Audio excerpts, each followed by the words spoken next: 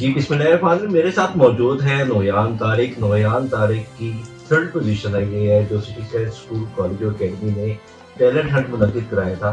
नोयान तारिक मुझे ये बताए 1000 बच्चे अपेयर हुए थे, उनमें तीसरी पोजीशन लेना बहुत ये बताए कि एमसीक्यूज किस क्वालिटी की बनी।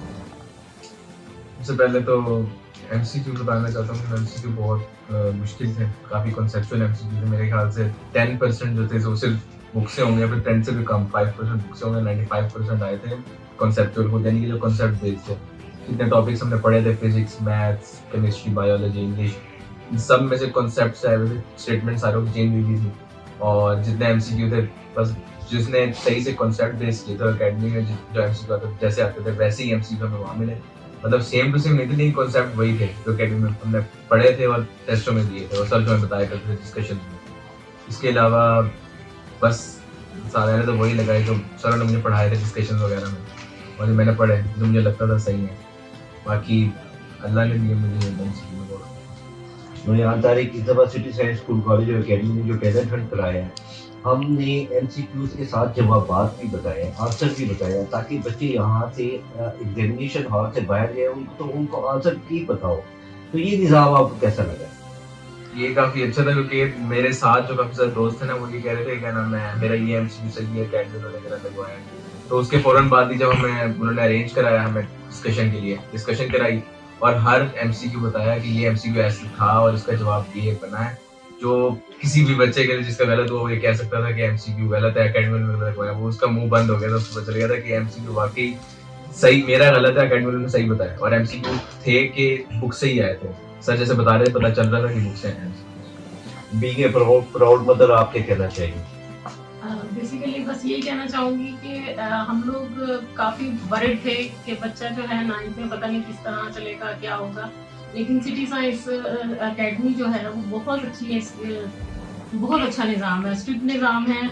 और बच्चा काफ़ी मतलब टेंशन ले रहा होता है कि मैंने मतलब अच्छे से अपेयर होना है एग्जाम्स में। बस खुश हूँ इस मामले में सारे। Sir being a proud father आप क्या कहना चाहेंगे?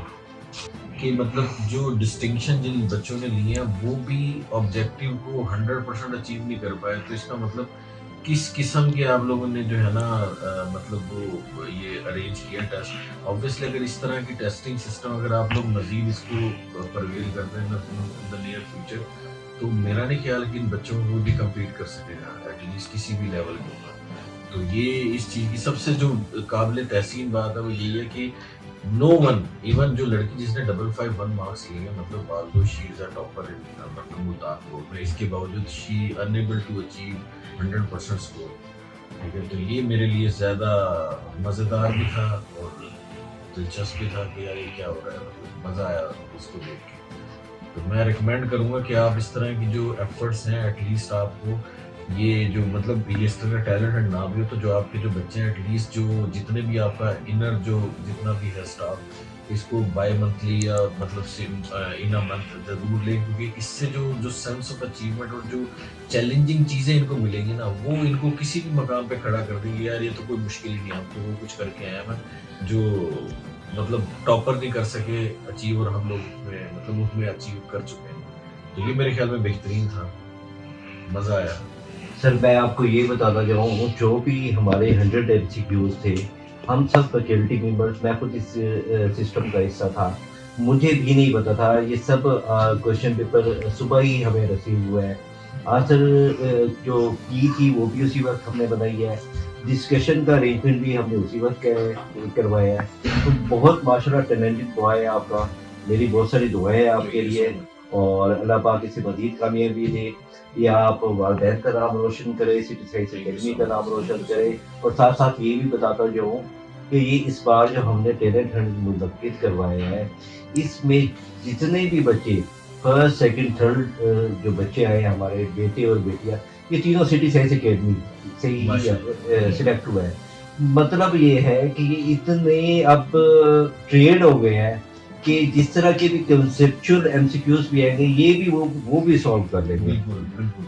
तो यही एक सेंस ऑफ अचीवमेंट जो है ना, जो अभी आपने बात की है, यही बात। और जो आप बता रहे हैं ना कि लोगों को नहीं पता कि आपके पास मॉडलिंग है, तो ये तो अगर ये आपको पहले पता होता तो शायद 100 मार्क्स लिए होते, तो मतलब इस पे तो हमें कोई डाउट ही नहीं है। कि इस तरह का कि कोई भी आपकी सिक्रेसी नहीं है या कुछ मतलब जिसको आपने बाईपास किया हो, वो आप लोग वैसे भी बड़े स्ट्रिक्ट है और आपका ये डिसिप्लिन ही है कि आज बच्चे यहाँ करें। जज़ाकल्लाह।